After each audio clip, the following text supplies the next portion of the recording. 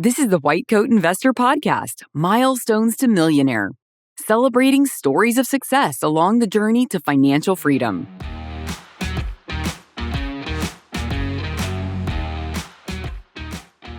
This is Milestones to Millionaire, podcast number 194. Hospitalists become financially independent after 12 years. Are you using multifamily to build long-term wealth? If not, I strongly encourage you to take a look at 37 Parallel Properties. They're multifamily specialists with a 100% profitable track record that crossed over $1 billion in transaction volume since 2008. Investing with them is like partnering with a highly tax-advantaged family office, building an income-producing long-term wealth development platform. With 37 Parallel, you get access to institutional quality assets conservatively managed with proven results. Their educational content on passive multifamily investing is also very good. Visit 37parallel.com/WCI today for more information. All right. Welcome to the podcast. I hope you feel part of the community here. It is a large community of white coat investors. It's spread all over a bunch of different platforms, though. You may not realize this if you're only on one of them, but we have a large Facebook group. It's almost 100,000 people. We have a subreddit if you're into Reddit, and that the number of subscribers on there is like 80,000 or something like that as well. We have 30,000 something Instagram followers. We even have a TikTok channel, and we still have the X channel. I mean, I guess it was Twitter before. The X channel I started many, many years ago. It's a lot of people following us there. But whether you're in our communities or whether you just follow the blog or podcast or whether you're, on these, social media channels, take advantage of the opportunity to connect with other WCIers. Get your questions answered, engage with the community. And you'd be surprised how much you can learn from other people on the pathway with you. All right, we got a great interview today. I think you're going to enjoy it. If you want to come on this podcast yourself, you do not have to, complete a milestone as impressive as this person's, right? We'll celebrate any milestone with you. I don't care if you just got back to broke after 28 years out of residency. We will celebrate it with you. I don't care if you just bought your first beater as a resident. We'll celebrate with you. Any financial milestone you reach, we will use it to inspire others to do the same because there is somebody in a similar situation to you. You can apply at whitecoatinvestor.com/milestones. All right, after the interview, stick around. We're going to talk for a few minutes about retirement accounts for the self-employed. My guest today on the Milestones to Millionaire podcast is Kumar. Kumar, welcome to the podcast. Thank you for having me. Let's start by introducing yourself a little bit. Tell us what you do for a living and what area of the country you're in and how far you are out of training. So I did my training in internal medicine. I graduated in April of 2012. So basically, almost 12 years out of my residency. Okay. And you're working mostly as what? You're in a clinic? You're a hospitalist? What do you do? So I've been working for the last 11 years. I left my full-time job. So now this year, I work maybe 10 days in an entire year.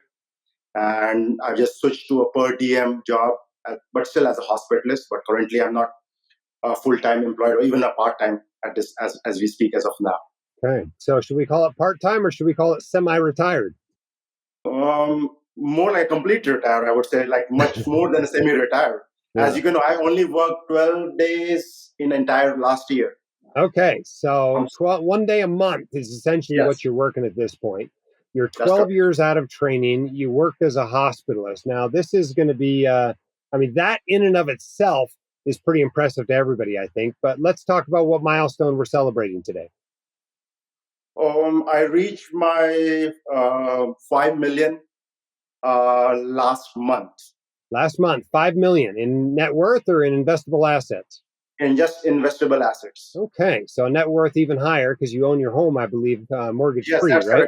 Correct. It's totally owned. I didn't had any mortgage. I paid cash upfront. It's close to now 1.3 million as we speak, as of now, today value. So if you add that, if you add the house as well, the equity of the house would be close to 6.5 around, give and take. Yeah. Okay, so this is a very impressive net worth. I mean, aside from the fact that you're essentially retired, 12 years out of training, this is a very impressive net worth for a hospitalist that's only worked for 12 years. Fill in the gaps here. How did you get here? You got to tell us the story. Yes, first of all, I'm an immigrant from India. So I did my medical school from back of India. So I did not had any student loan to begin with. So when I started my residency, I started a clean slate. I had no debt whatsoever. So, I saved during my residency up for 3 years. I met my wife, or, at that time, she was also doing internal medicine residency as well. And that's what we met. We married in 2012 after graduating from internal medicine. And since then, we both have been practicing hospitalist medicine, for last 12 years. She continues to work. She just left her full-time job last month. Okay. So she's taking a break for the 3 months, and then she'll continue to work part-time as well. Okay, so a dual doc income, a dual hospitalist income. That's What do you correct. think your income has averaged over the last 12 years between the two of you? 500 or 600? Somewhere What do around you think? 600 600. to 650. Okay.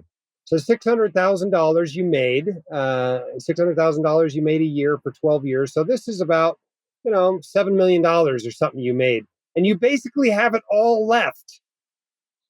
Yes, I How did mean, you like manage that? that is because of the power of compounding. And when I started investing in 2013, I didn't have much knowledge. My brother is an investor banker, so he set up my brokerage account. I have not heard of index fund or anything like that. I have not read any books. So what I did, I just basically pick up buying stocks like Apple, Facebook, Netflix, Tesla without knowing anything about it. I just bought them in 2013, and I just So kept them. you were buying individual stocks starting in 2013. Has that been your approach the whole time, or did that change over Most time? of the time, to be honest, that's been my approach. So I'm the outlier. Though now I have read hundreds of books and I know index fund works, you cannot beat the market and everything. You can, I've listened to your, podcast and the blogs. I've read all your blogs, most of them. I've read your books. So, but again, that was all after I started investing already. So now my investment did well. And again, it's not because I'm smart or anything. It was sheer luck that I bought all the FANGs. I have the Magnificent Seven. I bought NVIDIA in 2018 without knowing anything about NVIDIA. And today, as you know, where it stands. So I've compounded my money. I was just looking at my brokerage account before this interview. And I've compounded annually for the last 8 years, more than 20%. Yeah. At the same time, the S&P has already done an average of annually of 12%. So my cumulative return currently is 260%, while if I've invested in S&P, it will be 150%. So I've beaten the S&P, again, not because of anything, just because of luck, by close to 9% for the last 9 years or so. Yeah. Any plans to change your style of investing at this point? Do you plan to Yes. continue So to now invest what in I individual do stocks? is, so now I don't earn much. So what I do, like recently I sold my stocks in Tesla, so I bought index fund. So I'm trying to switch from my individual, because I know it's quite a risky proposition going into future, to change some of them to index fund, but gradually. I don't want to create too much of capital gain tax as well, because they have appreciated a lot. So I understand, even if it is riskier, I've not left my job. My wife still works. I continue to earn. So we are not withdrawing any money from our portfolio. We're just riding what goes. So even if it drops, $2 or $3 million, it won't change our lifestyle, because we don't need that money for next 5, 10, or 20 years or so. Yeah. What percentage of your gross income do you think you saved on average over the last 11, 12 years? Initially we were saving, like after taxes, whatever I was getting, we were bringing home almost close to 70%. 70% of your net income. Yes. We were living in a very low cost of area near Buffalo when I graduated from residency.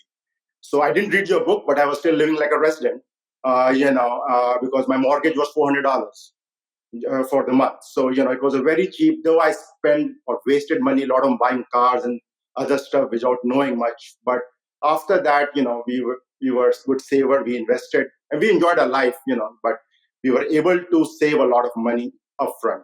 Yeah. And that made a big difference. Now, most doctors have a lifestyle explosion when they leave residency. They start spending dramatically more than they were. Why do you think you didn't? No, actually, I did. Just because, I bought my first car was a Mercedes. Then I bought a 7 Series BMW.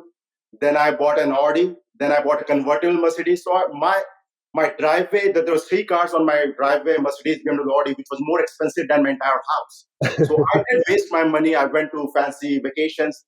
But after that, a certain extent, it all wanes. As we all know that, you enjoy for a couple of months and something you feel good, you put on the social media and stuff.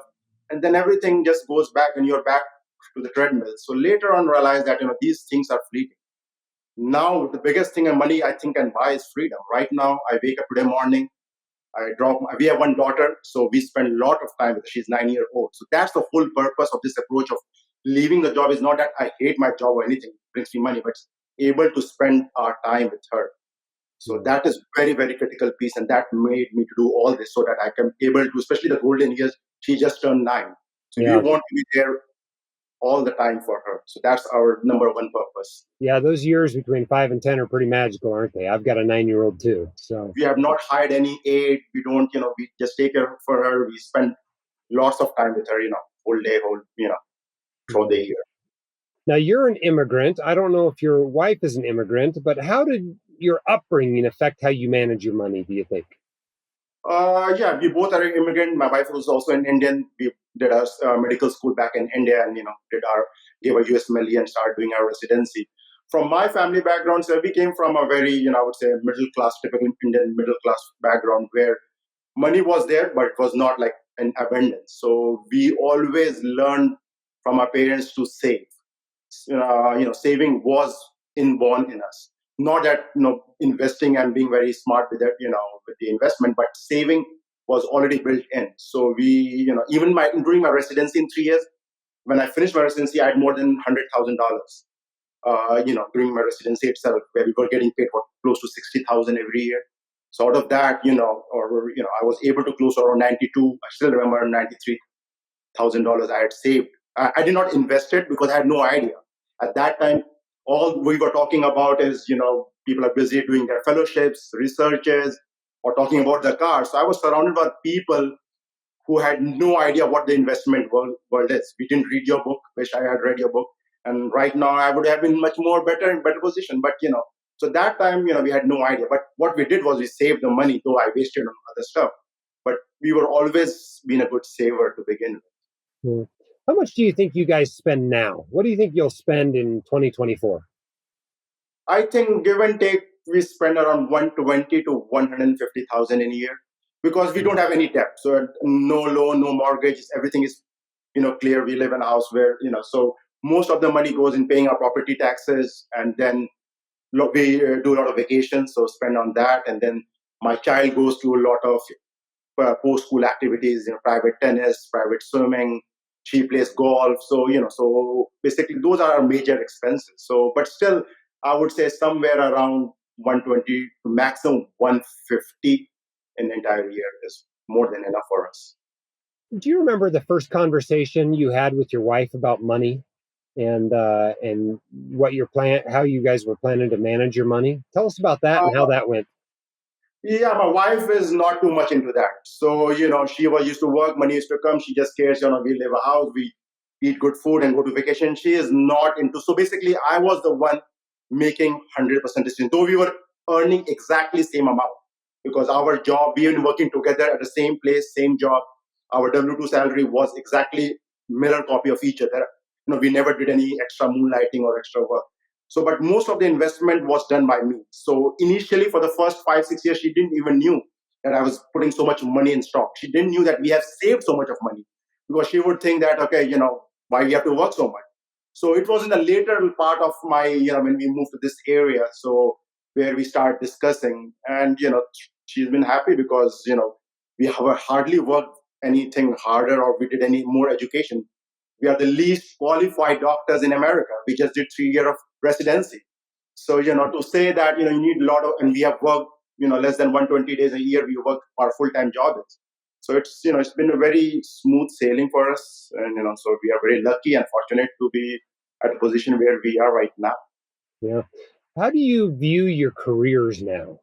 Do you consider being a doctor an important part of your life? Do you plan to practice more later, less later, about the same amount later? Yeah, no. I mean, it's right now our priority, as I said, is all spending time with my daughter. That is the number one priority. So I don't want to do any full-time, even a part-time job, because you don't have the flexibility in your scheduling. When you work a part-time, full-time, you have to ask for vacation or days off, or, I want to be with her, at least till she goes to the college, which is another, 7, 8 years or even more. So that's the goal to do, but continue to do a part-time. I don't want to leave the job altogether. So, because it still earns me a decent income, and then I don't want to have a big gap in my CV as well. So that way, I continue to work. Maybe when she is out of the house and to the college and stuff, then might go back, work more or volunteer more. Haven't thought that far ahead. But at right now, my sole goal is to be at home with her and spend as much as of time. That's the whole thing why I pursue this financial independence, why I was investing aggressively, knowing that, it might not work out, because I didn't have, there's a very certain amount of time with my daughter, which was very, very critical. And once I achieved, there was no point of working, as a full time. Yeah. Okay, somewhere out there, there's somebody that's just like you were 12 years ago. Maybe they're an immigrant, maybe they're not, but they are in medicine or family practice or something that maybe doesn't pay a gazillion dollars a year. And they want to reach financial independence relatively quickly. They want to do what you've done. What advice do you have for them? I would say first thing is like a post residency, when you start working, start saving. As you said, live like a resident for the next 4 or 5 years. During residency, please study, some personal finance and have some literacy, because that was one of the drawbacks, which I had no personal, literacy. I didn't even know how to file a tax and what's the brokerage account is till I, started earning money. So if someone can know, that's, a very good upfront itself. But then before you start the family, if you're young, work as much as possible. Just focus on working, earning, save, and keep investing. Just upfront that investment in the first 5 years will help a long way. After that, once you have reached somewhere, good net worth, then you can start thinking of, again, spending time with your family and other stuff. But I think upfront, you need to save, and invest money. That's as simple as that. Control your ego and stuff, because you're a doctor. You'll get time to spend all your money. But I think, if you're done early, as the compound interest, how it works, it's just that not the smartest person, the person who starts the earliest has a very, high chance of winning this, whatever the race or whatever you call it. Yeah. Well, Kumar, I congratulate you and your wife and your daughter on your success. And thank you so much for coming on the Milestones podcast to share it with others and inspire them to do the same. Thank you so much for having me. All right. That was a fun interview to do, right? You don't see that very often. People become an FI just 12 years out of residency, especially in a specialty that most of us consider a relatively low-paid specialty, right? This is not a neurosurgeon or an orthopedic surgeon or a plastic surgeon or whatever you consider to be the top earning specialties. It's internal medicine. It's being a hospitalist. It's, grinding out those 12-hour shifts, days and nights, admitting patients to the hospital, rounding on them, discharging patients, hassling with hospital administrators, right? It's not the world's easiest job. But you know what? If you work hard at it, you can get paid well. And if you save a big chunk of that income, you can obviously become wealthy very quickly. Now, Kumar, admits that he got lucky with some of the stock picks he made. But let's be honest, what's going on here, right? They make $600,000. They spend $120,000 to $150,000, once he got over his new car thing, right after he got out of training. That leaves a big gap of money to save. When you're saving $300,000 or $400,000 a year, that's $3 or $4 million they save just in brute force saving. Yes, it grew. Their money grew because they invested it, and stocks have done well. The stocks they picked have done particularly well. But even if they just bought all the stocks, they'd still have $4 or $5 million right now, right? It wasn't the stock picking prowess or luck, as he describes it, that enabled them to become wealthy. It was a high savings rate and working hard and earning well and putting a whole bunch of that into something reasonable. Okay. And you too can do that. Most of us might pick a more moderate path. We might not save 70% of our net income. And I don't want you to think that you have to save 70% of your net income to be a white coat investor. You do not. I do recommend you save 20% of your gross income. That might work out to be closer to 30% of your net income. That is kind of required if you want to maintain your standard of living once you get to retirement. But you can, watch it as you go and might be able to cut back sooner than you might think, saving that amount. But the point is, the more you save and invest, the sooner you get to financial independence and the sooner you're in control of your life, whatever you want to do with your life. If you want to go on mission work and on another continent, if you want to just be around to raise your 9-year-old, if you want to change your practice to something that you enjoy doing more, whatever you want to do is within your power. As a doctor, you've already got a high income.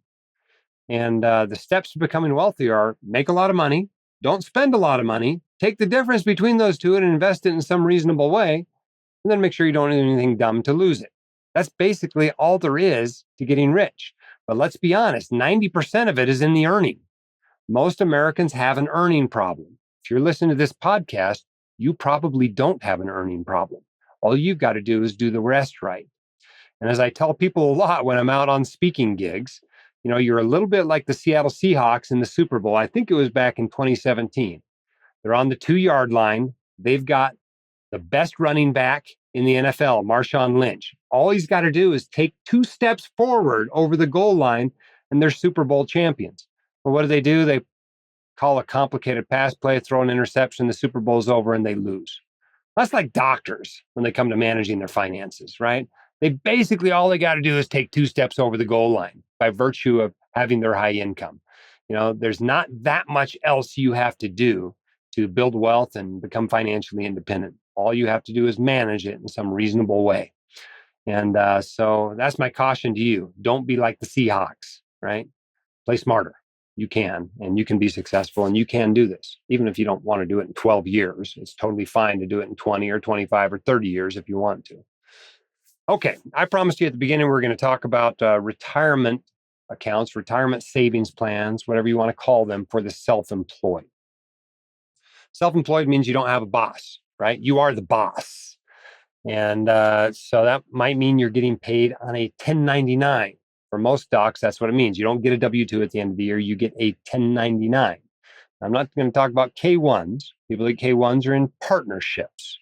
Okay. And in a partnership, your retirement account options are mostly limited to what the partnership offers. Just like when you're an employee, you are limited to the retirement accounts offered by your employer. When you're a self-employed person, you are the employer. So you get to go out there and choose the employer offered retirement plans. Okay.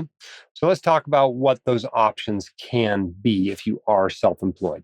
The mainstay of retirement savings for the self-employed is what's called an individual 401k. Okay? And this is just a 401k where there's only one person in the company, right? You can have your spouse in there as well, but that's it. Once you have more than your spouse, you got an employee beyond your spouse, you can no longer use an individual or a solo 401k. But these are awesome.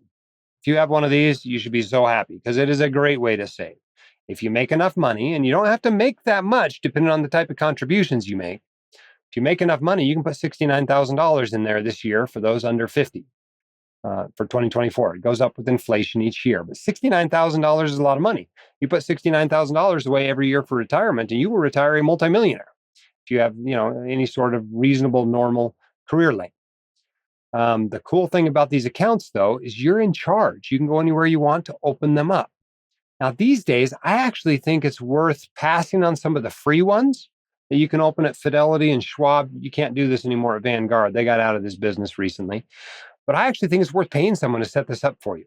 And the reason why is if you get a customized one from some of the people we have on our recommended page, if you go to the tab and go down to retirement plans, you'll see the 6 or 8 of people there that can help you do this. But they can put together a customized plan. And the benefit of that is you get to choose all the investments, right? You can actually choose investments that aren't typically offered in 401ks. You can make it basically a brokerage window. You can buy anything available at the brokerage. That often includes some private investments if you're interested in those sorts of things. And so that's cool, but you can also put in some cool options. You can have a Roth option. You can have an option to take loans from the 401k. You can allow after-tax employee contributions and in-plan conversions. When you put those two together, it's often called a mega backdoor Roth IRA. Yes, you could put all $69,000 in there as Roth contributions. So there's a lot of cool things you can do when you have a customized plan. Your 401k offered by your employer or your partnership may offer some of those, but it's pretty uncommon that it offers all of them. But your individual 401k can offer all of them. And as we've grown here at WCI, we had to abandon our individual 401ks, but we opened up a 401k that offered all those options as well. And so it's been pretty awesome to be able to participate in that, not only as an owner employee, but I think the employees appreciate having a good 401k as well. Okay, that's the first option. A lot of you out there are sitting there with a SEP IRA. And a SEP IRA is used by lots of people that are self-employed. The total contribution limit is the same at $69,000, but it has a number of downsides that make this less than ideal for most white coat investors. One is you don't have as many options for like the mega backdoor Roth option and that sort of a thing. You actually have to have more income in a lot of situations to max it out than you do with an individual 401k, because you don't have, the 23,000 for those under 50 employee contribution to help get you to that maximum contribution. A lot of times, a SEP IRA is not going to allow for after-tax employee contributions like an individual 401k can. So those are downsides. The other big downside, though, with a SEP IRA is it counts toward the pro rata calculation when you're doing your backdoor Roth IRA each year. And so that's why a lot of white coat investors avoid it. If they have a SEP IRA, they tend to open an individual 401k and roll the SEP IRA in there. It's just not ideal. It's not as good as an individual 401k. The only advantage really that it has over an individual 401k, it can be opened a little bit faster with a little less paperwork, and you don't have to file a form called 5500 EZ. This is not a hard form to file. It's just an informational return you have to do for the IRS each year. It's due July 31st every year when you had more than $250,000 in the account at the end of the prior year. That's when you have to file it. And so that's not a bad thing to file. It's not that hard to file. You just have to remember to do it, because the penalties for not filing it are terrible, right? And if you botch it once, a lot of times they'll kind of forgive you if you ask them to, and you can get out of those penalties, but they're really high penalties. So if you have an individual 401k with more than $250,000 in it, you do have to file a 5500 EZ every summer. Okay, don't forget to do that. Okay, some companies, small practices or whatever, they decide to open what's called a simple IRA. And simple doesn't mean it's just an IRA. It's not a traditional IRA. It's a simple IRA. Okay. And the problem with the simple IRAs is generally inferior to a 401k. It's not even as good as a SEP IRA. You can't put as much money into it.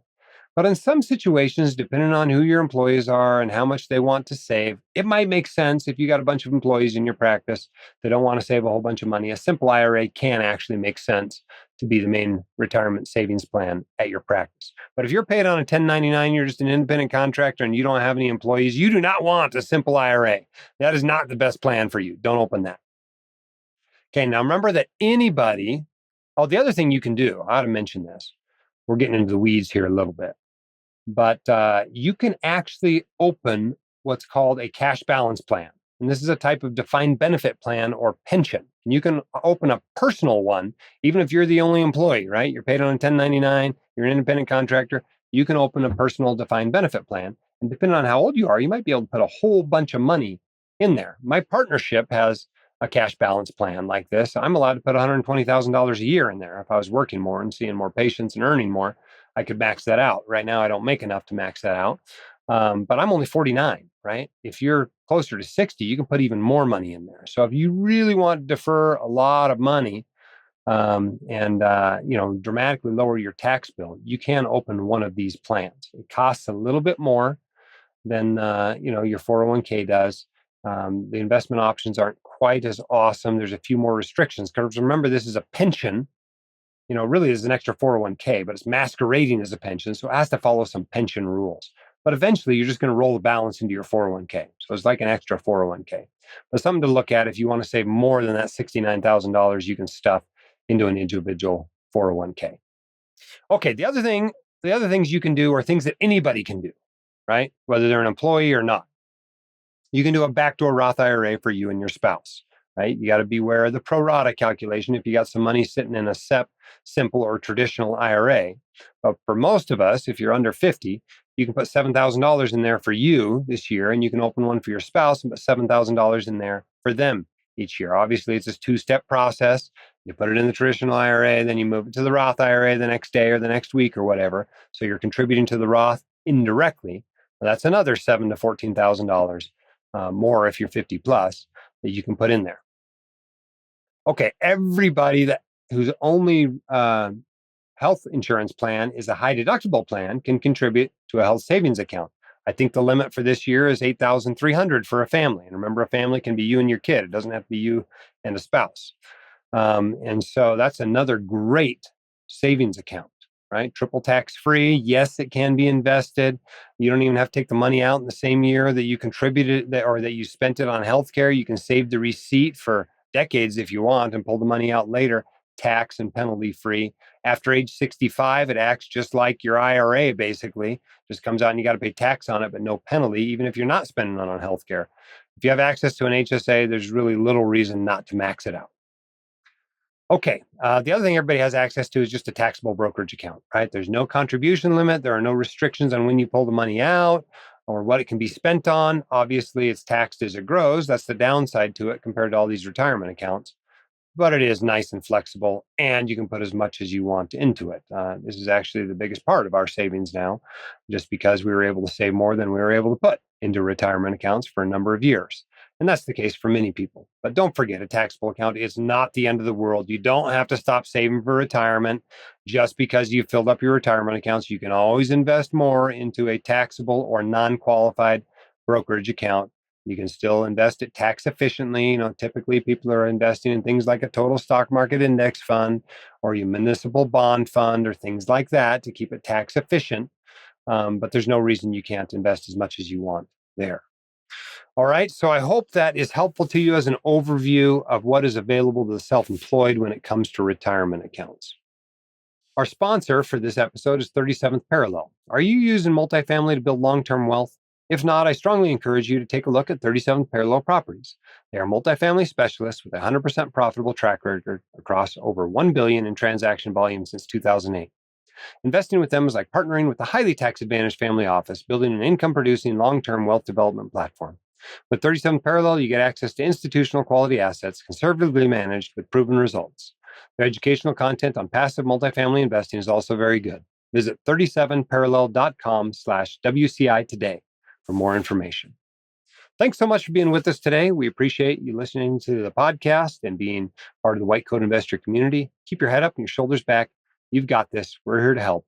We'll see you next time on the podcast. The hosts of the White Coat Investor are not licensed accountants, attorneys, or financial advisors. This podcast is for your entertainment and information only. It should not be considered professional or personalized financial advice. You should consult the appropriate professional for specific advice relating to your situation.